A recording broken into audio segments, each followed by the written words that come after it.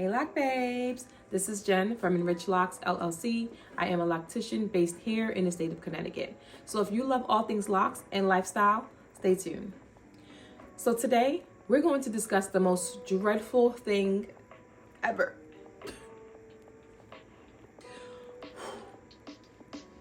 Loc breakage.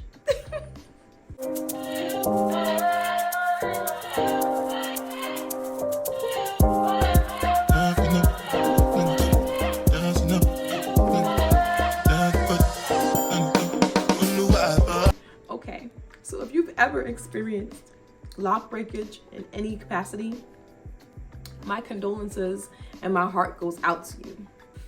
I know from transfer clients of mine who've have experienced severe loc breakage and who've come to me to either, repair or reattach.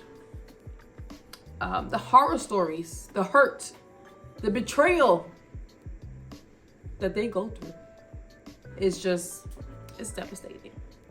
I myself have not experienced a loc breaking, but I can already imagine. I would probably be like,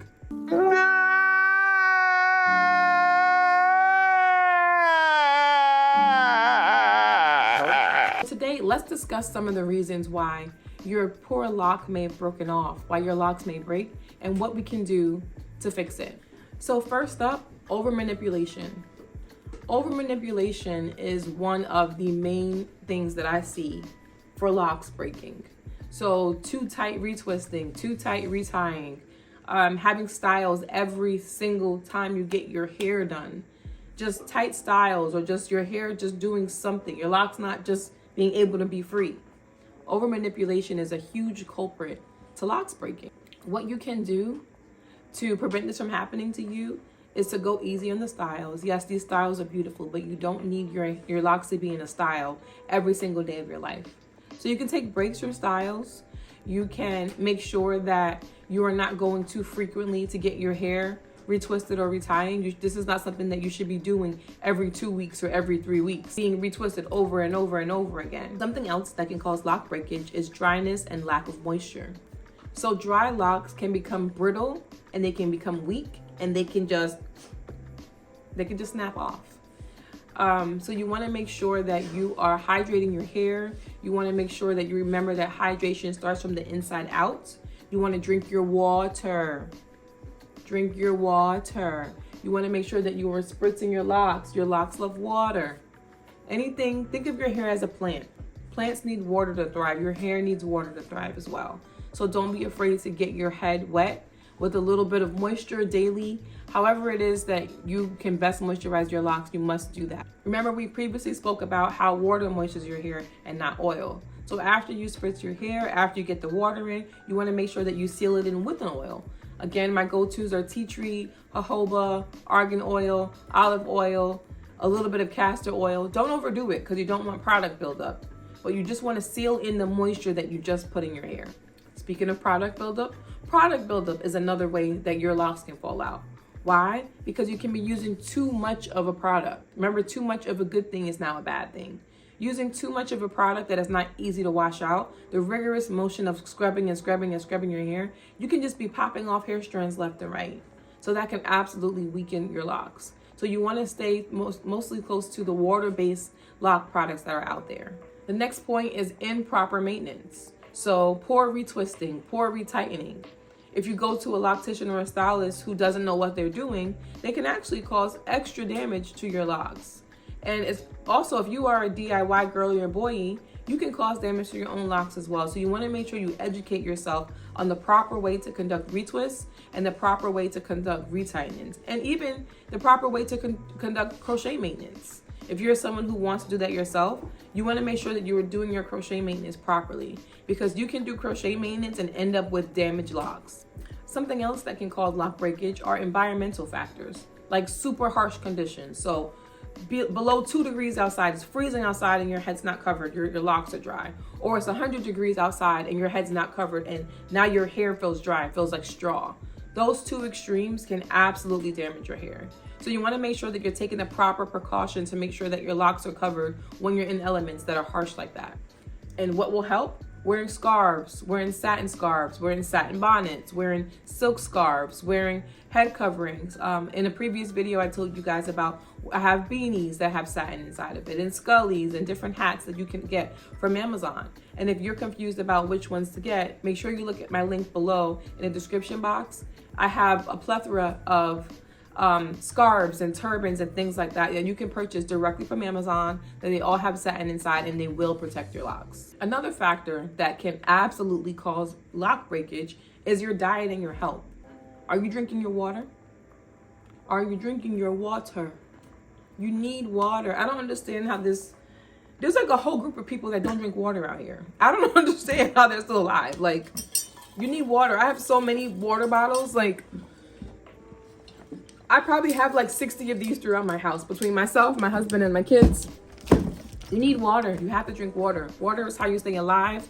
Water is what you need to hydrate. Water is not just for your body. Water is for your hair as well. So your hair needs to be nourished from the inside out. You have to eat a balanced diet. You can't just be eating junk all the time, drinking soda all the time, and think your hair is going to thrive. It's not. You need omega-3. You need fatty acids. You need biotin. You need all these type of vitamins that you need. Vitamin C, vitamin D, iron. All these things actually help your hair. So you want to take your vitamins. If you're on a medication, you want to talk to your doctor about the side effects. If you're experiencing side effects from medication, you want to see a dermatologist. You want to do all these things to make sure that your locks are in pristine health. Okay, you want to find out why they could be breaking or why they could be thinning. If it is a medical issue, going to the doctor and following up to see what you can do to treat it.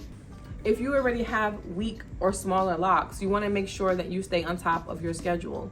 So for the micro lock girlies, you have to make sure that the foundation of your part can withhold the hair that comes from it. So if you have a part that's this small, right? Maybe the part is the size of this space of hair right here for this lock, but you have like this much hair in a little part like that, it's not going to suffice. You want to make sure that the foundation of the part can withhold the hair that comes from that part. If you find out that breakage is happening in a specific spot, you want to rework that spot. If the foundation is too small and you notice like a lot of hair is growing out of it, maybe it might be time to combine a lock or two. I know people hear, oh, I don't combine locks, and they don't want to do it. But you want to care more about the health of your locks than the overall aesthetics of your locks. If it makes more sense to combine two locks together to save that section, then that's what you should do. If you trust your loctician, then you would trust their judgment and you would understand why they are suggesting it. What I do not recommend is that you go to someone who's just combining locks just to combine locks, and they're not telling you. Anytime you have any service where combining a lock is required or needed, you need to be notified. I do not understand. I have enough transfer clients who come to me for their consultation, and I do their assessment, and we go over why they have two-headed dragons all over their head. And what they say to me is, oh, I didn't know. And I feel so bad for them, because it's not up to you to decide if two locks should be combined. Yes, as a loctician, we can offer our advice. We can offer our suggestion. We could say, hey, I think that this would benefit you. But never in this world or the next is it okay for you to just decide to do something to someone's hair without their permission. It is not your head. It is your client's head. This is to my locticians. Don't be combining people's hair. These are to my kitchen stylists. Don't be combining somebody's hair without their permission. Like, that's not what you're here for. That's not what we're doing. You have to get their permission. Even if you know, hey, these two locks are gonna break off if I don't combine them together, and the client says, I don't want them combined, you don't combine them, right? The lesson would be in the experience. So if they go home and those two locks fall out, guess what? When they go to their next appointment, you can say, hey, this is why I advised you to combine them last time. Now they both fell out. Do you have the locks? Because now you might have to work your magic by combining the locks together and then reattaching that lock to that space. But that would have been a lesson that they learned, right? Because they made that decision. You always want to put the decision back on your client. It is their experience, it is their hair, and ultimately it is their decision. Thank you so much for joining me on day 12 of our 30-day Loc Care series. Today we discussed loc breakage, what can cause it, and the solutions to prevent it. I hope this information was helpful. If you find this information to be helpful to you or someone else you know, please consider liking, comment, and subscribing, and let me know down in the comments. Have you ever experienced a lock breaking or a lock falling out? What did you do? Did you reattach it yourself? Did you go to a trusted stylist? What did you do? Until next time, guys.